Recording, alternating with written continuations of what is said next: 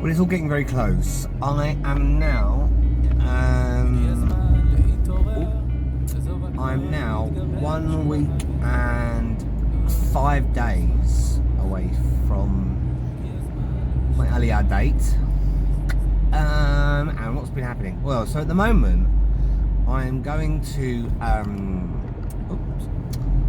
am going to the synagogue that I worked in.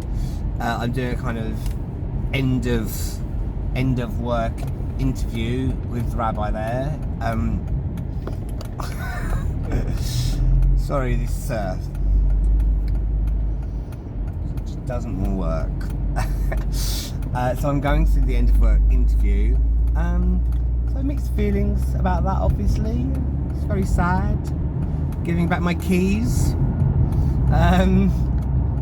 Giving back my keys and giving back the camera and the laptop and stuff. Things are getting a little bit stressful. Not majorly. I'm trying to compartmentalise things. So, for example, I've got a load of stuff in my room that I've got sort of that's boxed up, and I'm going through the boxes and finding out what stuff I want to try and stick in the loft somehow, and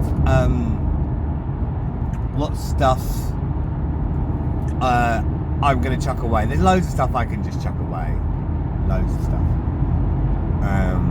and donate. I'm going to donate a load of stuff to charity shops and things. So that's this week's task.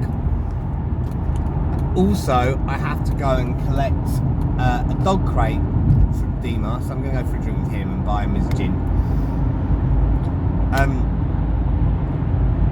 The thing with the dog has turned out to be not quite so easy.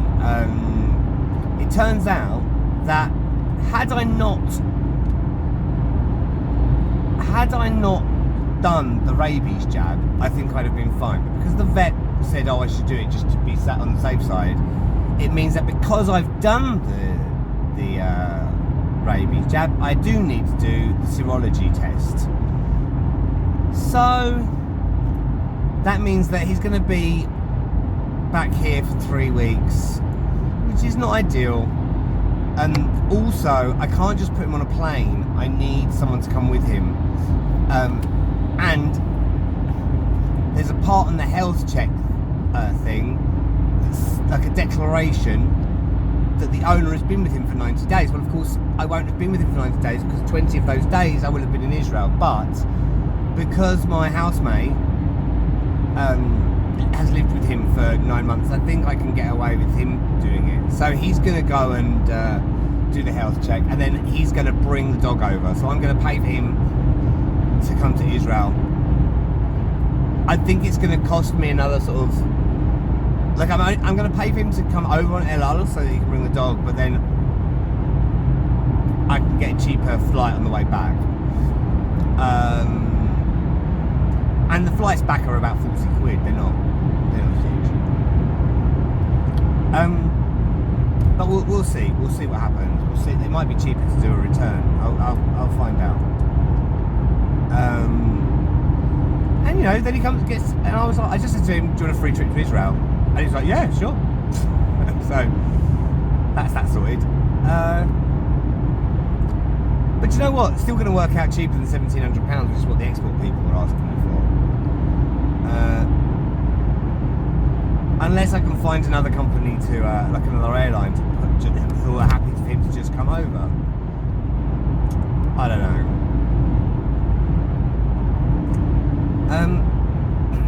And that's kind of what's been going on. So the dog is the sort of more complicated thing at the moment. I feel like there should be more that I'm sorting out. I need to still sort out the stuff that I want to arrive at my flat on like the 9th of January, like the day after I arrive. I've got a bit of a problem. Basically, when I split up with my ex, he said he would be paying for like the TV and internet and stuff for January, and then cancel it for February.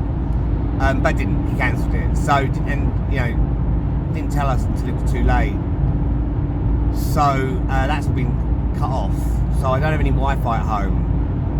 So that's a bit stressful because it just means that everything's a little bit more difficult. You know, like I live in a bit of a dark zone when it comes to internet. So, there we go, that's better. Oh no, it's not. Hold on. I live in a bit of a dark zone when it comes to internet.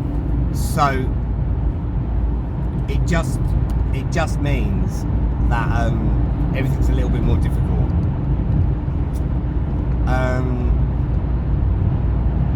But I will get all the things done.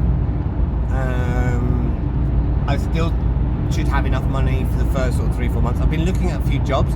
I have got a kind of, I don't know if it's an interview, but like a chat with an English school who do part-time English teaching in the afternoons. That could be good. I'm not sure what the pay is and stuff yet. People don't tend to talk about pay until the last minute. But I think the amount of hours that I would be doing should cover my rent and everything. And then with the work that I do for my parents, for my family's business, plus the sal kitab, I should be fine. You know. So yeah, it's getting really close, which is obviously getting more exciting, but also is getting it's freaking me out a bit. And I've got to try and see everybody before I go. So yeah, so exit interview today, and then I'll have to do some sort of handover thing with the new teacher. I'm glad they found someone. They found someone who sounds brilliant. He's the brother of someone in the community, so perfect by the sound of it. And I'm really glad. He'll probably do a better job than I did. I hope he does. And just ticking things off the lists now.